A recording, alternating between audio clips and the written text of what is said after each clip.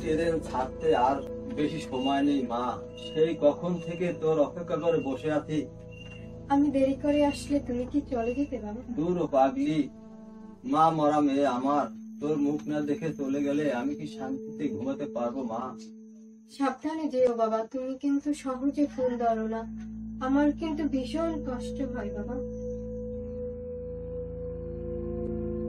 বুঝিস তো মা, বড় লোকের বাড়ি চাকরের কাজ করি, কাজের তো আর শেষ নেই মা, একটা শেষ হইতে না হইতে আর একটা। কাজের সময় ফোনে কথা বললে মালিক রাগ করে মা। গরিবের মর্মবেদনা বড় লোকেরা বুঝতে চায় না, পরাধীনতার তার কষ্টে বুক ভেঙে যায়, তবু মুখ ফুটে বলা দেয়। ঠিক আছে, অবসরে কল লিস্টে দেখে কল দিও। ঠিক আছে, তাই হবে মা। আর তোর শরীরের দিকে লক্ষ্য রাখিস মা, শরীরের দিকে লক্ষ্য রাখিস।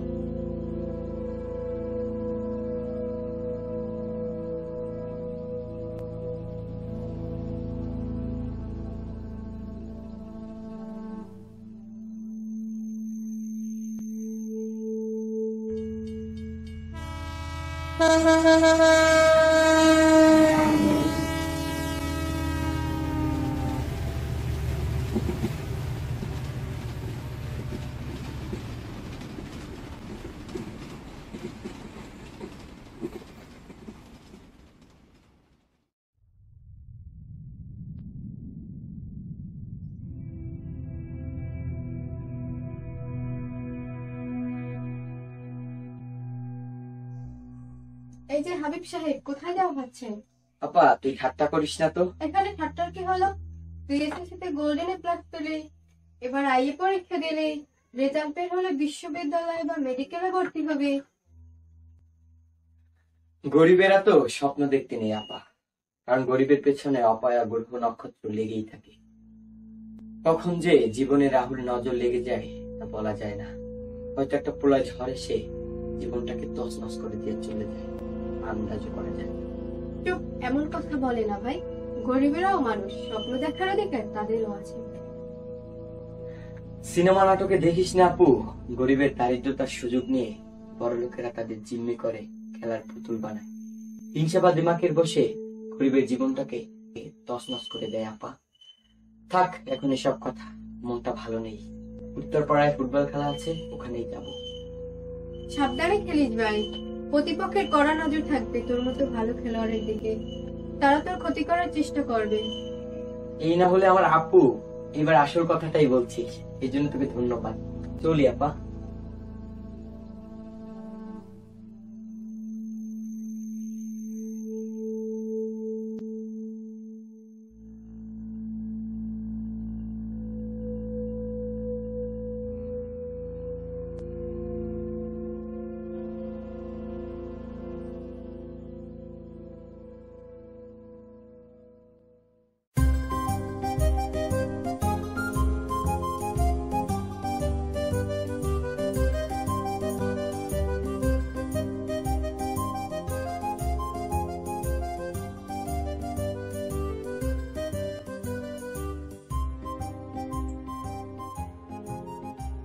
একটু ছোট মালিক, আপনি, আমি স্বপ্ন দেখছি না তো? না, তুমি স্বপ্ন দেখছো না, সত্যিই আমি এসেছি। বসুন ছোট মালিক, আমি এখনো দু চোখে বিশ্বাস করতে পারতেছি না। আপনি বসুন ছোট মালিক, আমি আপনার জন্য নাস্তার ব্যবস্থা। মিতা, তুমি ব্যস্ত হয় না, তুমি কোন রকম আপ্যায়নের চেষ্টা করলে সেটা হবে আমার জন্য মরণ যন্ত্রণা। তার থেকে ভালো তুমি আমার সামনে থাকলে আমি পৃথিবীর সব সুখ অনুভব করতে পারি। একই কথা ছোট মালিক, আপনি কি বলতে চান?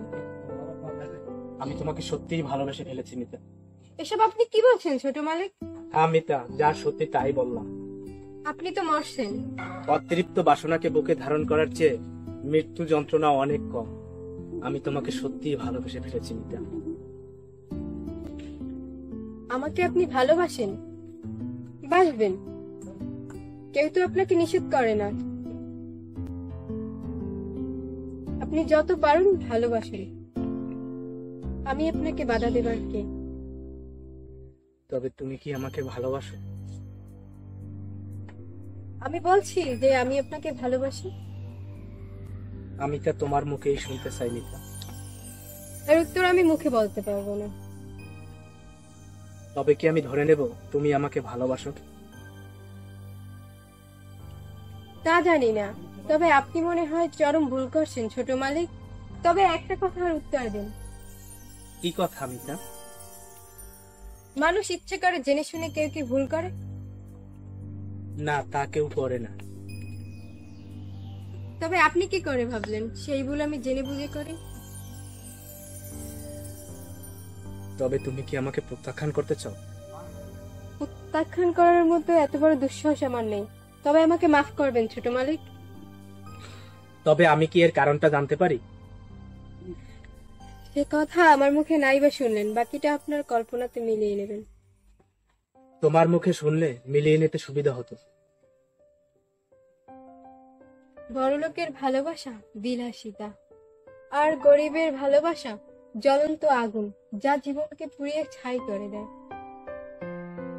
আমি কথা দিলাম প্রয়োজনে সে আগুনে নিজেকে পুড়ি হলেও তোমাকে রক্ষা করব। তোমাকে আমার মনের ফুলদানিতে সাজিয়ে রাখবো। ছোট মালিক, আপনি বিশ্বাস করেন আর নাই বা করেন, বড়লোকের ভালোবাসা মানে আকাশে জমানো সাদা মেঘের বেলা, যা এক প্রকার মোহ, ক্ষণস্থায়ী। সেই মোহ কেটে গেলে সবকিছু ভুলে গিয়ে আভিজাত্য আর বংশমর্যাদার অট্টালিকায় বাস করে। আমি তোমার কোনো কথা শুনতে চাই না মিতা, আমি তোমাকে বিয়ে করতে চাই। বিবাহ?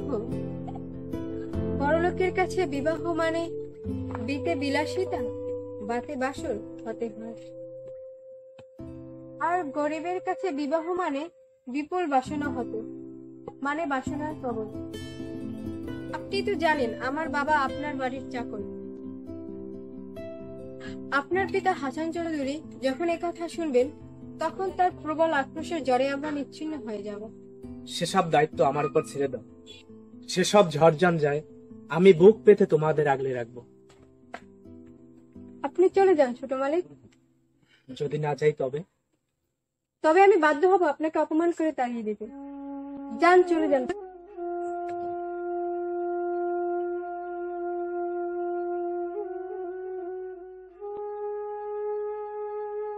ঠিক আছে, আমি চলে যাচ্ছি। তবে যাবার আগে একটা কথা বলে যাই, তোমাকে আমি ভালোবাসি, ভালোবাসি এবং ভালোবেসে যাব।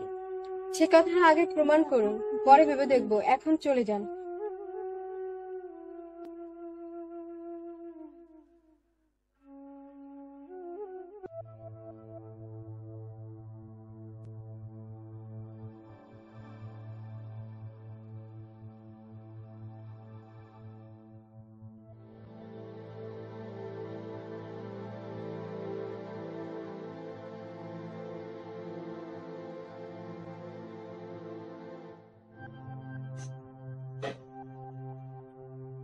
মকসেদ, মকসেদ,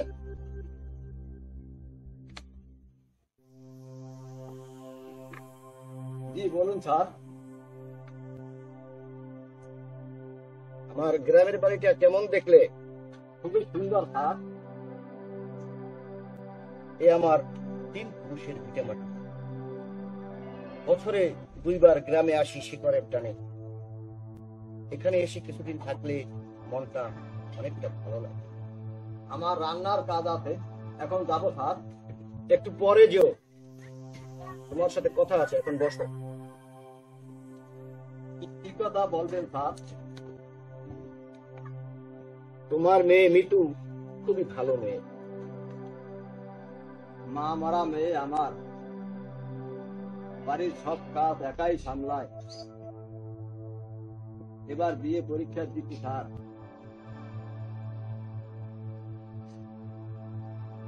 তার চেয়েও ভালো লাগে ওর বিনয়ী স্বভাবের জন্য। 3 মাস পর্যন্ত রাত জেগে জেগে আমার স্ত্রীর সেবা যত্ন করেছে, কখনো এক মুহূর্তের জন্য ক্লান্তি বোধ করেনি। আসলে ম্যাডামের আয়াত ছিল না স্যার। তুমি ঠিকই বলেছ, ক্যান্সারের রোগী। ডাক্তার অবশ্য আমাকে আগেই বলেছিল বড়জোর 3 মাস বাঁচবে। থাক এসব কথা। ভাবছি তোমার মেয়েকে আমার অফিসে একটা চাকরি দেব। এ তো মিসেস সৌজন্য স্যার। তোমার ছেলে মেয়ে ওরাও আমার বাড়িতে তোমার সাথে থাকবে। মেয়ে চাকরি করবে, ছেলে লেখাপড়া করবে। সবই তো আপনার দয়া হাত। দয়ার কথা বলো না মোকসেদ, বলো কৃতজ্ঞতা। যাও তুমি এখন তোমার কাজে।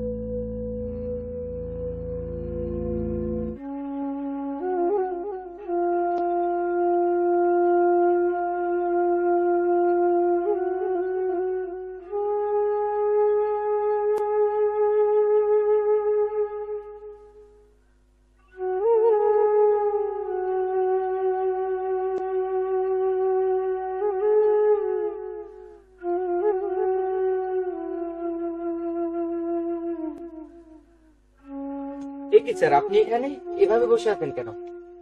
কে হাবিব, আমার কাছে একটু বসো।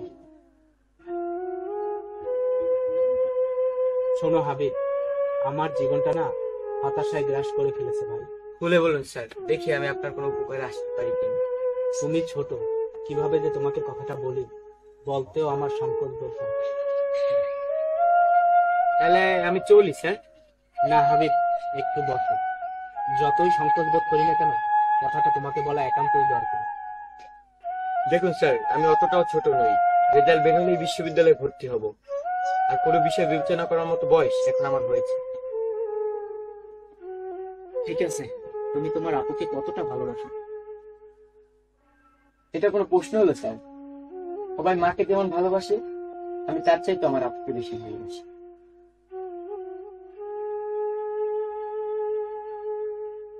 সেও তোমাকে সন্তানের চেয়ে বেশি ভালোবাসে, তাই না? আপনি ঠিকই বলেছেন স্যার, আমার আপু আমাকে অনেক ভালোবাসে। আমার মনে হয় তুমি তাকে কোনো কথা বললে অবশ্যই সে তোমার কথা রাখবে। এভাবে কথা না বলে ব্যাপারটা কি হয়েছে আমাকে খুলে বলুন। আমি তোমার আপুকে অনেক ভালোবাসি, তাকে বিয়ে করতে চাই। আমার আপু কি আপনাকে ভালোবাসে? সে কথা আমি জানি না। এ কথা কি আপনি আপুকে বলছেন স্যার? হ্যাঁ, তোমার আপুকে আমি বলেছি, কিন্তু সে আমাকে প্রত্যাখ্যান করেছে। তোমার কাছে অনুরোধ, আমার হয়ে তুমি তোমার আপুর কাছে এ ব্যাপারে একটু বলো। আমি যতটুকু আমার আপুকে জানি, সে জেনে শুনেই সিদ্ধান্ত নেয়। না যখন বলেছে না, তবু আমি চেষ্টা করছি। আমায় কথা দিলে তো ছোট ভাই? হ্যাঁ, আমি কথা দিলাম, আমি চেষ্টা করবো স্যার। তাহলে তুমি এবার যাও। আচ্ছা স্যার, ভালো থাকবেন।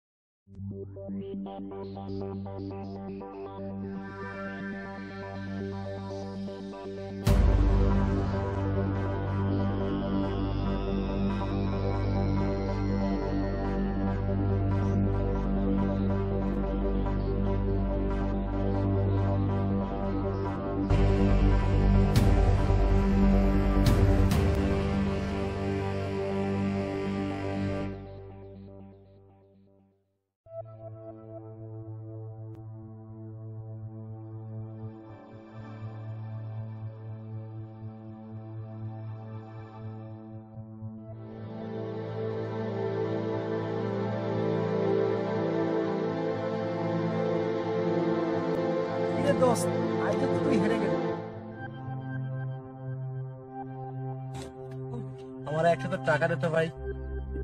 আরে দোস্ত, তোর কাছে দিনে দিনে তো অনেক টাকা পাওনা হয়ে গেছে। তুই চিন্তা করিস না, সিঙ্গাপুরে গিয়ে তোর সব টাকা পাঠিয়ে দিবি।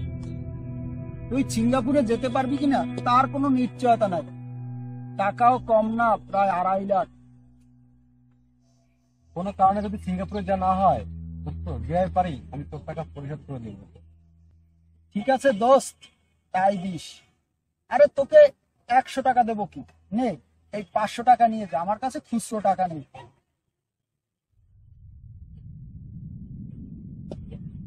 নে দোস্ত, নিয়ে যা। তবে আসি দোস্ত, ভালো থাকিস। হ্যাঁ, আমি চলে যাবো দোস্ত। দোয়া করি যা। হ্যাঁ ঠিক আছে।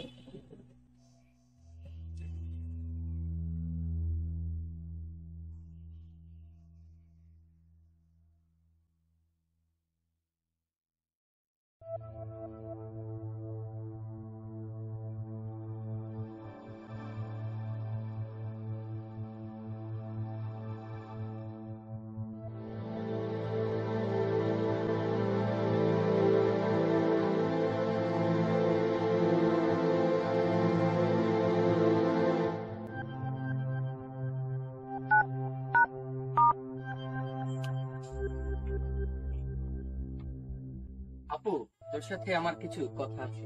আমার সাথে কথা বলতে তোর পারমিশনের দরকার? বাবা ফোন দিয়েছে। হ্যালো বাবা, কেমন আছো? হ্যাঁ, আমি খুব ভালো আছি মা। তো ভালো একটা খবর আছে মা। কি খবর বাবা? আমাদের মালিক হাসানটা তোকে তার অফিসে ভালো একটা চাকরি দেবে মা। আমিও বলেছে তোরা দুই ভাই বোন এখন থেকে তার বাসায় থাকবি।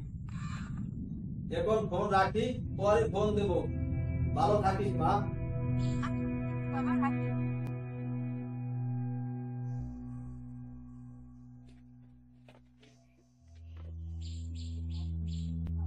কি বললো বাবা? বাবার মালিক আমাকে তার অফিসে একটা চাকরি দেবে আর তোকেও ঢাকায় নিয়ে যাবে। কি বলিস আপু, তুই তো সত্যি রাজকপাল নিয়ে জন্মেছিস। তুই যেন কি কথা আমাকে বলতে চেয়েছিলি? হ্যাঁ আপু, আবির হাসানের কথা বলতে চাইছিলাম তোমাকে। তুই কিভাবে জানলি তার কথা? আমার লক্ষ্মী বোনের মনের কথা শুনতে কানের দরকার হয় না, দরকার হয় ভক্তি ভরা মনে। আচ্ছা সত্যি আপু, তুই কি আবির হাসানের কথা ভাবিস না? সব ইচ্ছে পূরণে স্বাদ থাকলেও সাধ্য থাকে না। তুই তো হাত বাড়ালেই আকাশের চাঁদ ছুতে পারিস, কারণ চাঁদ দিয়ে নিজে এসে তোর মনের ঘরের দরজায় কড়া নাড়ছে। কেমন জানি তার ব্যাপারে মনটা বেসামাল হয়ে পড়ে, বুঝি না। কিন্তু জীবনের অঙ্ক মেলাতে গেলে যে রেজাল্ট নেগেটিভ হয়।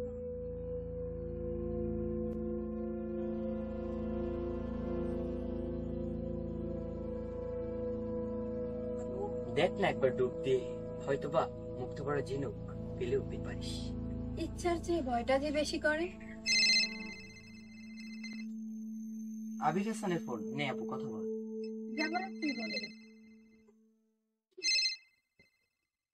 বুঝছি ফোন ধরতে লজ্জা পাচ্ছিস, লাজুকলতার কি করার। হ্যালো স্যার, আপনি প্রস্তুতি নিতে পারেন, খবর পজিটিভ। তুই না একটা গাধা। আপনি আপনার পিতার সাথে কথা বলুন, বাকিটা আমি দেখছি।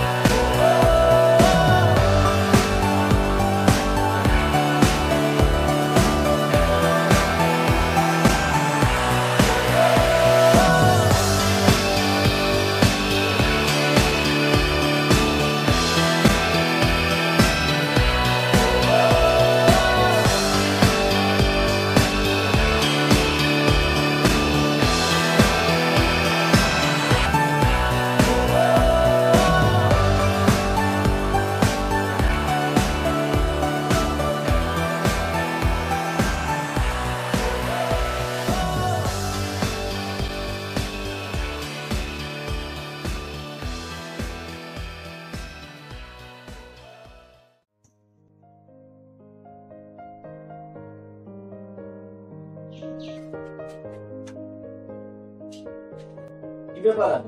তুমি হঠাৎ শহর ছেড়ে গ্রামের বাড়িতে?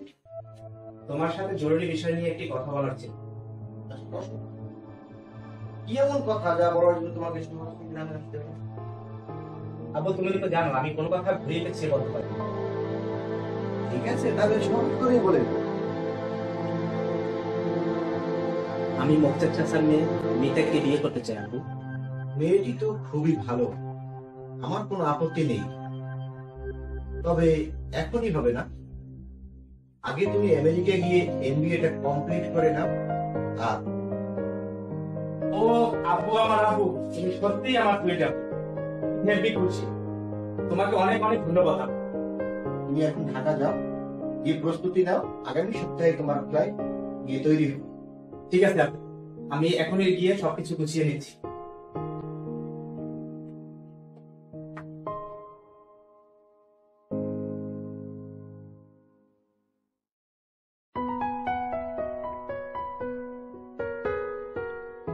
যাক, তাহলে শেষ পর্যন্ত রাজি তো হলে। রাজি না হয়ে কোথায় যাই বলো? মাত্র 2টি বছরের তো ব্যাপার, এরপরে শুধু তুমি আর আমি। কথা দাও আমার জন্য অপেক্ষা করবে তো? প্রয়োজনে আমি তোমার জন্য জনম জনম অপেক্ষা করবো। শেষে কিনা তুমি এমন কথা বলো না, আমি তোমার দিব্যি করে বলছি। যত ঝড় বাধাই আসুক না কেন, আমাকে কেউ রুখতে পারবে না। দেখবো তুমি কেমন কথা রাখতে পারো। আমার এখনই চলে যেতে হবে মিতা, কিন্তু মন চাইছে না। তবে থেকেই যাও। উপায় নেই যে, আব্বুর করা হুকুম, এখন কোনোভাবেই তোমার সাথে দেখা করা যাবে না। তবে এলে কেন? সুন্দরবনে যারা মধু সংগ্রহ করতে যায় তারা কিন্তু বাঘের পিঠেও চলে যায়, কারণ কখন যে বাঘ এসে তাদের উপর ঝাঁপিয়ে পড়ে সে খেয়াল কিন্তু তারা রাখে না, কারণ তাদের খেয়াল থাকে মধু সংগ্রহের দিকে। ঠিক তেমনি সকল বাধা বিপত্তি দূর করে আমি তোমার কাছে চলে এসেছি। আমাকে এখনই ঢাকায় রওনা দিতে হবে। যাও, তবে নিজের দিকে খেয়াল রেখো। চলি মিতা, তুমিও তোমার প্রতি খেয়াল রেখো।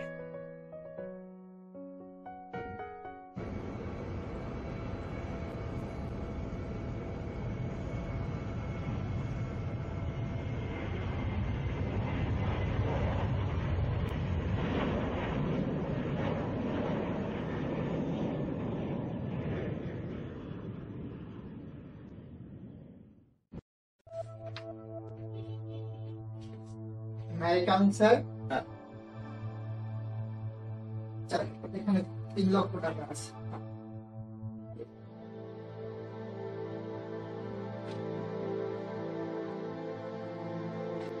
এই মকসেদ,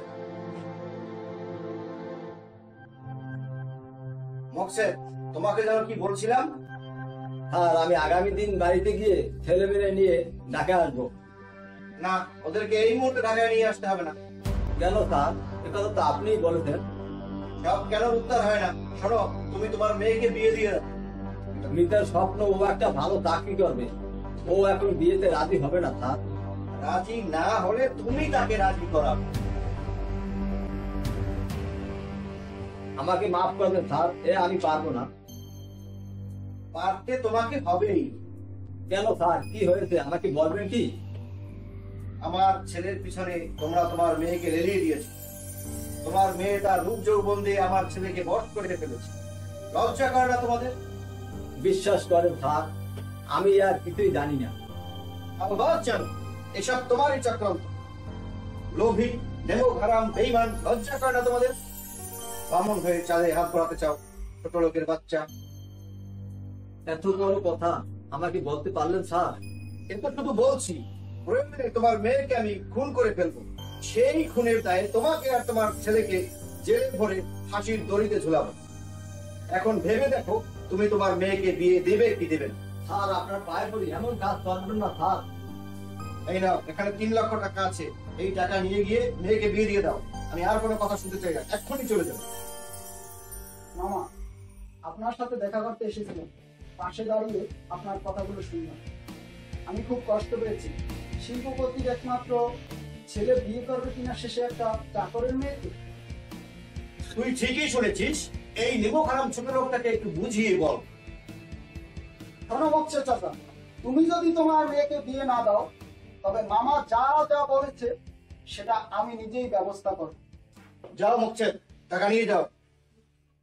মেয়ে বিয়ে দিতে আপনার টাকার দরকার নেই। মেয়ে আমার খেলার পুতুল নয় স্যার। চলি স্যার। আপনি কোনো চিন্তা করবেন না মামা, ওই টাকার ব্যাগটা আমার কাছে দেন। 1 সপ্তাহের ভিতরে ওই গরিবের মেয়ের বিবাহ দেওয়ার ব্যবস্থা আমি নিজে করব। এই নাও টাকা, দরকার হয় আরো দেবো, কিন্তু কথা মতো কাজ হওয়া চাই। ঠিক আছে মামা, আপনি নিশ্চিন্ত থাকুন, আপনি কোনো চিন্তা করবেন না, আমি চলি।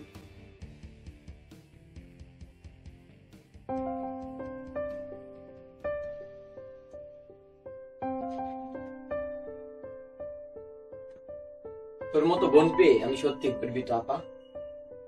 আমার খুব দুশ্চিন্তা হচ্ছে, জানি না দিনে কি হয়। কেন আপা? আমির হাসানের কথা ভেবে। দুশ্চিন্তা করিস না আপা, সব ঠিক হয়ে যাবে। দেখ আপা, আব্বা আসতেছে। আর সত্যিই তো আব্বা আসতেছে। চল আব্বাকে নিয়ে আসি।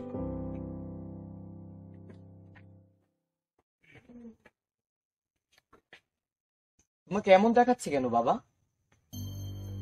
গরিবের ভাগ্য বদলাতে সময় লাগে না। মালিক আমাকে খুব অপমান করেছে। কেন, কি হয়েছে বাবা? শুধু তোর জন্য, শুধু তোর জন্য, তোর জন্য আজ আমার এত অপমান সহ্য করতে হয়েছে।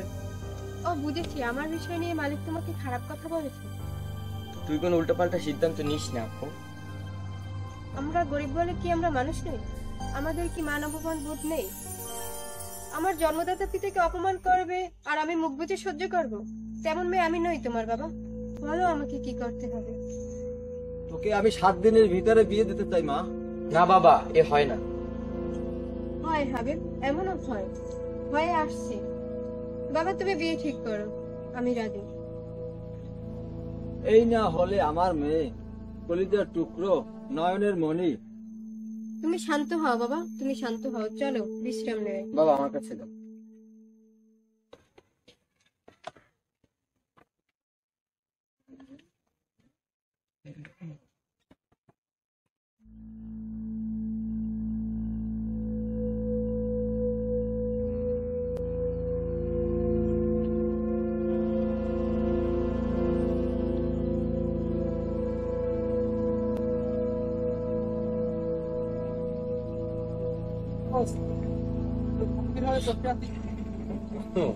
মনে হয় আমার সিঙ্গাপুরে যাওয়ার কপালে নাই। কারণ কি দোস্ত?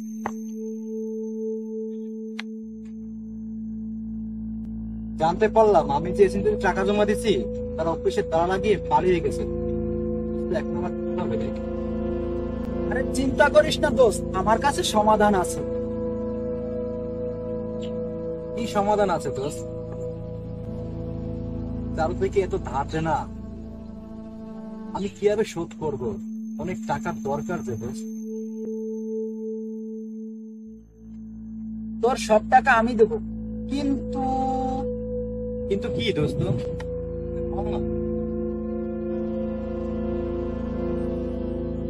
তোকে একটা কাজ করতে হবে দোস্ত। আমার টাকার প্রয়োজন দোস্ত, তুই শুধু বল আমাকে কি কাজ করতে হবে। তোকে একটা সুন্দরী, শিক্ষিত, বুদ্ধিমতী মেয়েকে বিবাহ করতে হবে, জাস্ট এটুকুই। আমার মতো বেকার ছেলের কাছে মেয়ে বিয়ে দেওয়ার জন্য কোন বাবা বসে আছে রে দোস্ত? আছে রে দোস্ত, আছে, এমন বাবাও আছে। মানুষের জীবনে সুযোগ অপেক্ষা করে থাকে, শুধু সময় বুঝে ধরলেই হয়। আমাকে একটু ব্যাপারটা খুলে বলতো দোস্ত। আমার কথা শুনলে তুই যে টাকা পাবি তাতে তোর ধার দেনা সব পরিশোধ হয়ে যাবে, আর সাথে একটা বউ বোনাস পাবি। তবে শোন, কানে কানে শোন,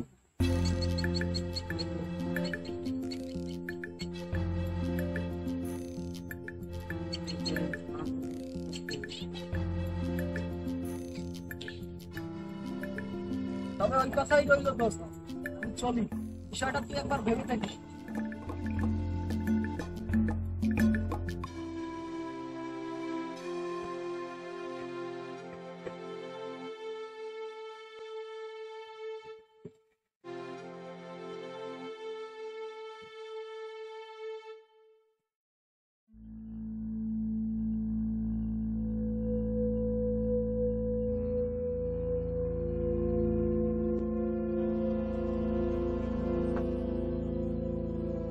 যে লোকটা তোকে বিয়ে করতে রাজি হয়েছে সেই লোকটা একটু পরেই তোর কাছে আসছে আপু।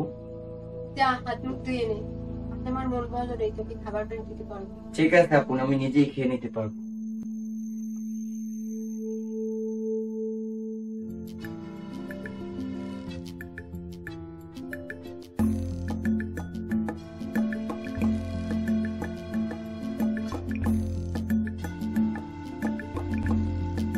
যদি আমার ভুল না হয় তাহলে আপনি কি মিতা ম্যাডাম?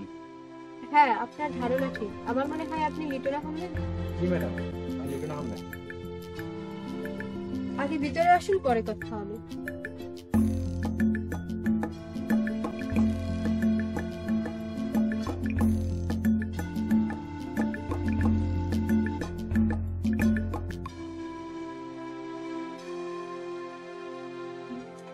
বলুন, কি বলবেন? আমি যতদূর জানি আপনি একজন শিক্ষিত বেকার। বর্তমানে বিয়ে করে বউ পোষার মতো যোগ্যতা আপনার নেই। সিঙ্গাপুর যাবার জন্য যে টাকা জমা দিয়েছিলেন, ধরা খেয়েছেন।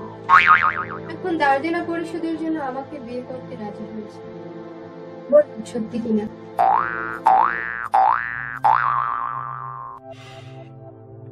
শুনুন, আপনার টাকার দরকার, আমি আপনার সব স্বপ্ন পূরণ করে দিতে পারি, কিন্তু একটি শর্ত। বলুন ম্যাডাম, আপনার কি সেই শর্ত? আমার সাথে বিয়ে অভিনয় করতে হবে। আপনি সামান্য পরিবার একজন মেয়ে, বড়লোকের বাড়িতে চাকরে কাজ করে, আপনার পক্ষে আমার জন্য এত কিছু করা কি করে সম্ভব ম্যাডাম? আপনি হয়তো সবকিছু জানেন না। এই বিয়েতে যে আপনাকে যৌতুকের টাকা দেওয়া হবে তা দেবে শিল্পপতি হাসান চৌধুরী, কারণ তার একমাত্র ছেলে আবির চৌধুরী আমাকে বিয়ে করতে চায়। হাসান চৌধুরী সে তার বংশমর্যাদাকে টিকিয়ে রাখার জন্য যুদ্ধ ঘোষণা করেছেন। আবির তার নানার বিশাল সম্পত্তি পেয়েছে, ব্যাংকেও কোটি টাকা। আমি যা চাইবো সবই পাবো। ঠিক আছে, আপনি যা বলবেন তাই হবে, আপনি কোনো চিন্তা করবেন না ম্যাডাম।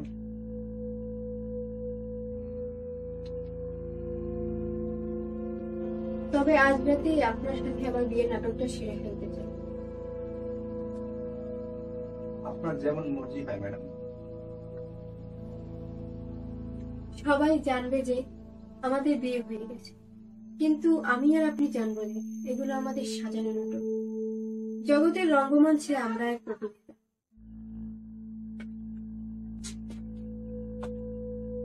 কে মিতা? এ তোমার হবু জামাই, এর সাথেই আমি বিবাহ বন্ধনে আবদ্ধ হব। কালই তুমি তোমার মালিকের কাছে আমাদেরকে নিয়ে যাবে তোমার মাথা উঁচু করার জন্য। তার চোখে আঙুল দিয়ে দেখিয়ে দেবে গরিবেরাও পারে, তারাও মানুষ।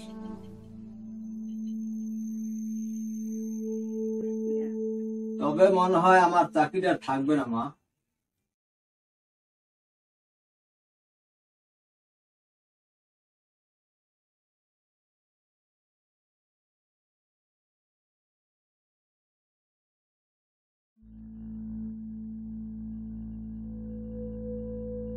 হ্যালো আবি, হ্যাঁ তুমি ইমিডিয়েটলি দেশে চলে আসো। তোমার বাবা মারা গেছেন।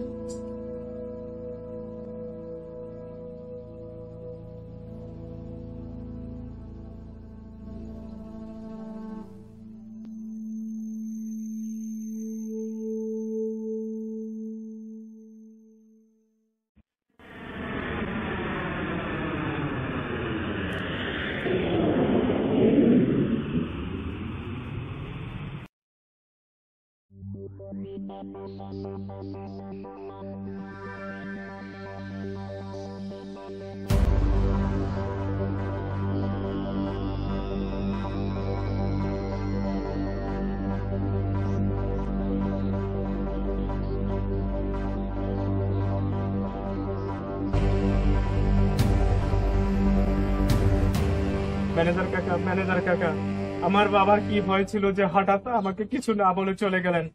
আমি যে বড় একা হয়ে গেলাম কাকা, আমি যে বড় একা হয়ে গেলাম। আমার যে আর কিছুই রইলো না কাকা। শান্ত হও বাবা, শান্ত হও। কে বলেছে তুমি একা? কিছু নেই তোমার। এই বিশাল সম্পত্তির মালিক এখন তুমি। আমি আছি তো বাবা। তোমার বাবা মৃত্যুর পূর্বে আমাকে সবকিছু বুঝিয়ে দিয়ে গেছেন। আমি তো আছি বাবা। পিতার কথা আজ বড্ড মনে পড়ে। ওকে একটিবার দেখার ইচ্ছে করে কাকা। তুমি মুক্তিদের সাথে এ বিষয় নিয়ে কথা বলতে পারো বাবা। সে তো আমাদের বাড়িতেই আছে। সে কথা বলতে চায়, কিন্তু আমি লজ্জায় তার সামনে যেতে পারি না। তাকে দেখলে আমার ভীষণ কষ্ট হয়। দু চোখের জল ধরে রাখতে পারি না। পারবো না, আমি তার সাথে কথা বলতে পারবো না। দোহাই কাকা, আপনি মিতাকে শুধু একটিবারের জন্য দেখা করার ব্যবস্থা করে দেন। ঠিক আছে, আমরা তাহলে আগামী দিন সকালে গ্রামের বাড়িতে গিয়ে দেখি কি করা যায়। নাও, এখন বাসায় গিয়ে হাত মুখ ধুয়ে কিছু খেয়ে নাও। আমি এখন চলি।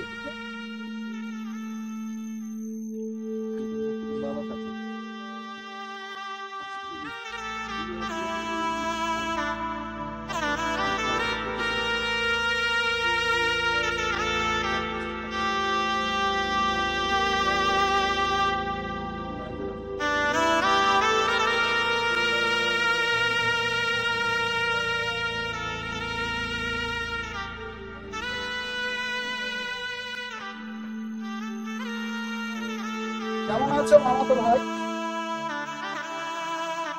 কে রাজু ভাইয়া? আচ্ছা ভাইয়া, বলো তো, আত্মহত্যা করতে কি খুব বেশি কষ্ট হয়? না, তেমন কোনো কষ্ট হয় না ভাই। তোমার ভিতরে যে আগুন জ্বলছে তার থেকে মৃত্যু যন্ত্রণা অনেক কম। এই কষ্টের কোনো সীমা নাই ভাইয়া, এতে শুধু যন্ত্রণারই পাহাড়। আমি আর সহ্য করতে পারছি না ভাইয়া, আমি আর সহ্য করতে পারছি না।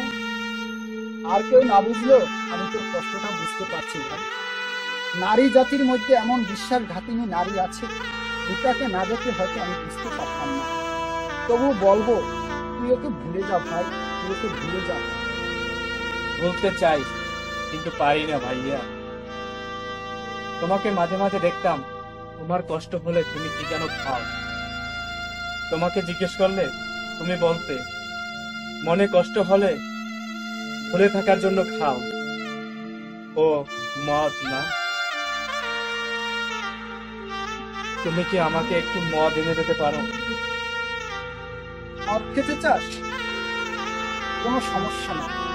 এত বিষয় সম্পত্তি, ব্যবসা বাণিজ্য, তুই কি করতে চাস ভাই? আমার কিছু ভালো লাগে না। ম্যানেজার কাকাকে সব বলছি সামলাতে।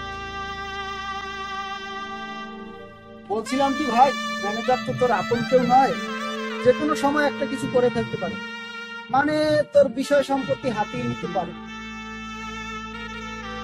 তার চেয়ে ভেবে দেখ, আমি তো ফুফাতো ভাই, তোর আর আমার মধ্যে রক্তের সম্পর্ক। এখন থেকে তোর ব্যবসা সম্পূর্ণ ভাগ দিয়ে আমার উপর ছেড়ে দে। আমার এখন কোনো কিছু ভাবতে ভালো লাগে না। তুমি পারলে আমাকে কয়েক বোতল মদ এনে দাও, আমি মদ খেয়ে সবকিছু ভুলে যেতে চাই।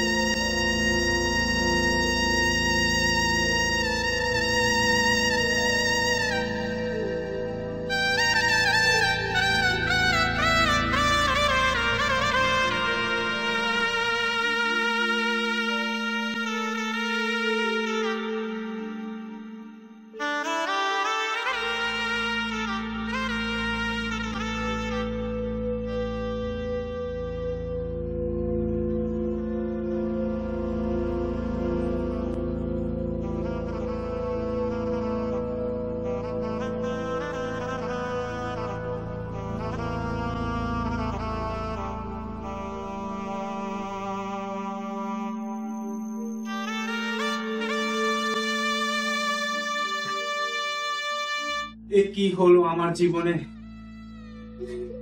এ পৃথিবীতে আমার আর এক মুহূর্ত বেঁচে থাকার সাহায্যের মান নেই। কি হবে আর বেঁচে থেকে? প্রতিটা নিঃশ্বাস যেন আজ আমার সাথে বিশ্বাসঘাতকতা করছে। এত সবকিছু করার পরেও শুধু একটি নাম আজ আমাকে কুড়ে কুড়ে খাচ্ছে, সে শুধু মিতা, মিতা, মিতা। মিতা, তুমি আমার সাথে এমনটা কেন করলে? একটি মাত্র কি তুমি আমার জন্য অপেক্ষা করতে পারলে না? অপেক্ষা করতে পারলে না?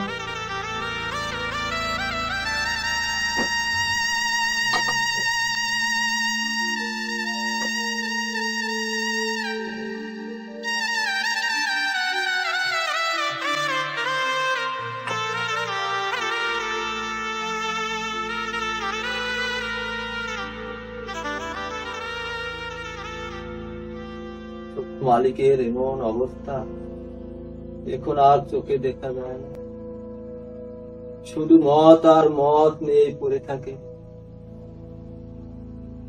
চেহারাটা পাগলের মতোই হয়ে গেছে। মকসেদ মিয়া, মিয়া, বলেন স্যার। তোমার মেয়েকে কি পারো? না স্যার, একথা আমি মিতাকে বলতে পারবো না, আমাকে ক্ষমা করবেন স্যার। ঠিক আছে, তুমি তোমার কাজে যাও।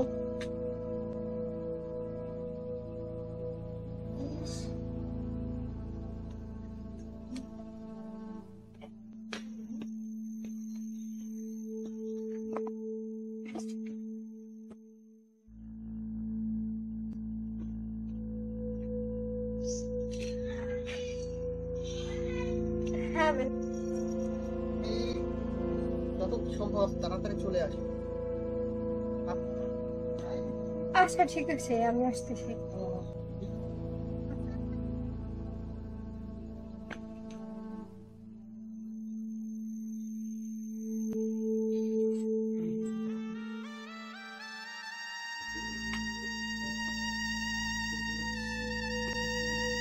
আমার চোখের জল তোর সবাই চেয়ে দেখে, খুঁজে দেখে না তার ইতিহাস,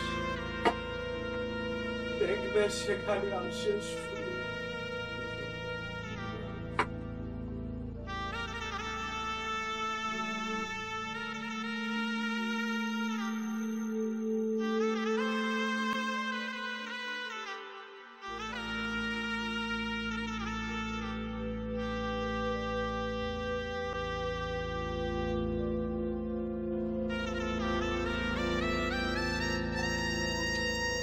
কেউ কেউ এখন আর আমার আপন নাই, এখন শুধু আসি জীবন তুই আমার আপন।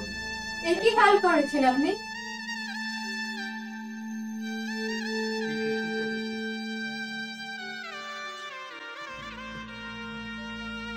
কে তুমি? ওহ, পৃথিবীর সবচেয়ে বিশ্বাসঘাতিনী নারী তুমি। তুমি শান্ত হও আবির, আমার কথা শোনো। শান্ত? আমাকে তুমি শান্ত হতে বলো? শান্ত? ভয় হাসালে পিতা তুমি আমাকে ভয় হাসবে। যাক, সে কথা রাখ। তোমার স্বামী কেমন আছে বলো? আমার স্বামী ভালো, সারাদিন শুধু মদ পান করে আর মিথ্যার আকাশে কল্পনার পাখা মেলে উঠতে থাকে। তোমার স্বামীর জন্য তুমি কি কি করতে পারো?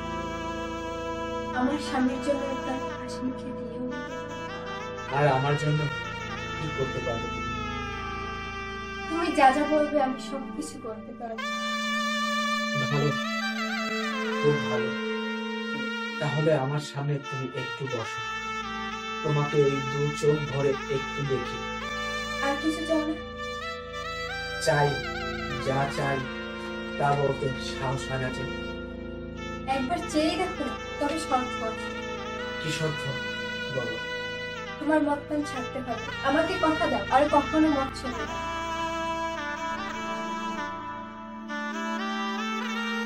তুমি কতক্ষণই বা আর থাকতে পারবে? তুমি চলে গেলে তোমাকে ভুলে থাকার জন্য এই মদই তো আমাকে খেতে হবে।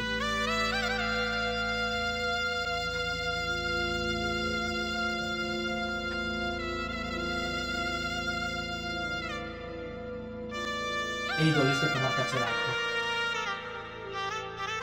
এই দলিলে আমার স্থাবর অস্থাবর সমস্ত সম্পত্তি তোমার নামে উল্লেখ করে দেওয়া হবে। ম্যানেজার কাকা, এদিকে আসুন। শুনুন ম্যানেজার কাকা, আজ থেকে আমার এই সমস্ত সম্পত্তির মালিক মিতা। আমি মিতার নামে সবকিছু লিখে দিয়েছি। না না আবি, এসব কিছু আমি চাই না, এসব কিছু দরকার নেই আমার। আমি শুধু তোমাকে চাই। এটা কি করে সম্ভব? তোমার যে স্বামী আছে। যাও যাও মিতা, তুমি তোমার স্বামীর কাছে যাও। আমি তোমাকে ছেড়ে কোথাও যাবো না। তুমি ভাবলে কি করে আমি তোমাকে ছাড়া অন্য কাউকে বিয়ে করবো? তোমার ভালোবাসা আমার কাছ থেকে সস্তা না। তুমি এসব কি বলছো মিতা? আমি যে তোমার কোনো কথাই বিশ্বাস করতে পারছি না। বিশ্বাস করবো, তুমি এখনই বিশ্বাস করবো। লিটন ভাই, এদিকে আসো। ম্যাডামের দেওয়া শর্ত মতে আপনার পিতাকে সান্ত্বনা দেওয়ার জন্য আমরা বীর অভিনয় করতে মতো আপনার মিতা আপনার সত্যি মিতা, আমি তোমার ভালোবাসাকে বুঝতে পারিনি। তুমি আমাকে ক্ষমা করো। তুমি আমার কাছে ক্ষমা চেয়ে তোমার ভালোবাসা কিভাবে ছোট করো না। কথা দাও মিতা, আর কখনো আমাকে ছেড়ে তুমি কোথাও যাবে না। সারা জীবন তুমি আমার পাশে থাকবে। থাকবো, তবে শর্ত আছে। আজ থেকে তোমাকে মুক্তি দেবো। তোমাকে পেলে আমি মত কেন এই সারা দুনিয়া ছেড়ে দিতে পারি। আর কি শর্ত আছে বলো? আমাদের ভালোবাসার মান অক্ষত রাখতে এই লিটন ভাই যে সাহায্য আমাকে করছে তা আমি কোনোদিনও ভুলতে পারবো না। আমি চাই তোমার অফিসে এই লিটন ভাইকে একটা ভালো চাকরি দাও। আজ থেকে আমার সমস্ত সম্পত্তির মালিক তুমি মিতা। লিটন ভাই, এবার মনে হয় আপনার চাকরিটা পান।